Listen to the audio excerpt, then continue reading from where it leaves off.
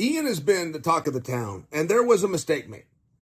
In all fairness, and there's not many. I call them out when they happen, and I do not criticize the organization very often, but the reality is, not quite the company man you guys sometimes believe I am. The company gets it right. But there was a mistake made. It was called Ian Garry versus Vincent Luque. That fight never should have been booked. They did not want to fight. If you have two guys that don't, if you have one guy that doesn't want to fight, no problem. Call him scared. Call him chicken. Now we can promote a fight. You have two guys that don't want to fight. It is the overwhelming problem with Charles versus Islam. Charles doesn't want to fight him, and Islam doesn't want to fight back. All right, great. Now, I'm only bringing that to you because when I say that Ian Garry has been the talk of Fight Week has come to an end, and Dana White has already announced a card that's going to go down in Miami, and he announced 3 of the fights from the card, one of which is Ian Garry.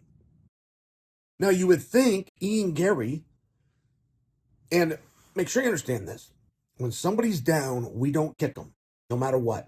We give them a hand up. Once they're back up, you put a knife right in their back. That's what you want to do. So I don't give Ian a hard time. I say this from a vein of speaking clearly and accurately. The problem with Ian Garry and Luque, in terms of the match not going off as scheduled, was Ian. Luque did everything that he said he was going to do. We saw a very similar situation at Madison Square Garden 5 weeks ago. Stipe Miocic did everything he said he would do. He even showed up. And he lost the opportunity. So you don't want to punish Stipe. That's my point. It's one of the reasons that fight with Jon Jones is being preserved and held together, because Stipe doesn't deserve to be punished. So in a situation that we're looking at where the person who did not follow through was Ian Garry, I get it, and I realize that sounds a little insensitive. I must say it that way to make my point. If between the two we're going to get a fight, which is a job, guys, they're prize fighters. You don't fight, you don't get the prize. You do not get paid, okay? So to make one guy unemployed versus one guy who's unemployable, you will see who you need to serve first. It is obviously Luque, but that's not what happened. Luque didn't get a fight book. Ian Garry got a fight book, which just supports my premise that this week the talk of the town has been Ian Garry, and Ian Garry is not going to fight Luque, and that's good. That never should have been booked. That just never should have been booked. He's going to fight, Ian Garry is going to fight Jeff Neal. So that's going to be in March. Now, just give me a little bit of Ian Garry news, because Ian gave me a hard time. I broke the news that Ian Garry was not going to compete, that he had an illness that took him to the emergency room. I brought that to you guys. And within that piece, I told another part of the story, which is that Ian Garry's child is currently at the emergency room with the same symptoms that Ian had. When I brought you that piece, I said to you, I don't like talking about children and or anything to do medically. I know that's a big popular thing with the guys right now. If they're in the emergency room, they take a picture of themselves. Oscar De La Hoya backed out of a fight with Vitor and made a video from the ER. I mean, it was insane. It was the fakest thing ever. You got guys that'll break their arm, they go put out the x-ray for the world to see. This is weird. And I'm not a weird guy. I'm a cool guy, which is why you're here watching me, right? In all fairness, I'm cool. I don't like that.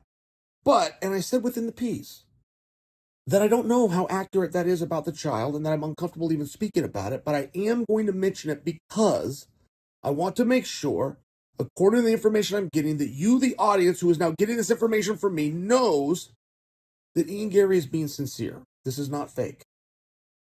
I defended Ian Garry. I was the first to the market with this. If you go check my numbers, which are audited, and they're publicly audited, nobody has even a fraction, while discussing the withdrawal of the fight, nobody has even a fraction of the views that I had. My point in telling you that, everybody aside from me would have gone with whatever narrative I put out. So if I chose to leave the child and the ER out of the story, and I would have come out and said, I don't believe a single bit of this. It is too convenient with the pressure and stresses that Ian has been under. That is the story that would be out here, but I didn't do that. I defended the young man. And I openly said within the piece, this is the information that I have. It's the information that I believe to be true. Ian came out and he gave me a very hard time. Stephen Morocco even wrote a piece on it and was forced to title the piece, Ian Garry Rips Chael Sonnen. Rips Chael Sonnen? That's a very mean thing to do. So I went and listened to it, and Ian said that was Chael speaking out his ass that my child is fine. He took offense to it. And I must tell you, I have no problem with a father defending his child, but I did not insult the child. I would like to make that clear.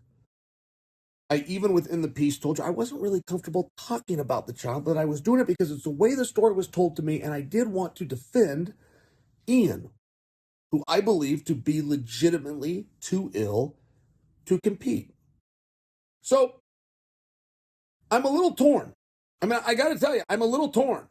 I don't like that Ian said that was Chael speaking out his ass, as opposed to, great job, Chael.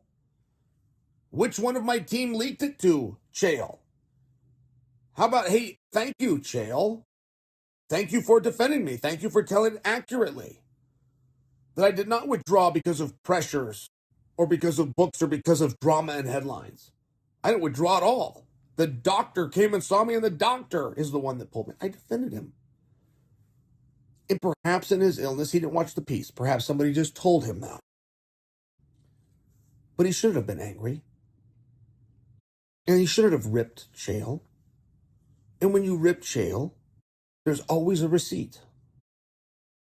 And that's the part of it that makes it a very foolish move.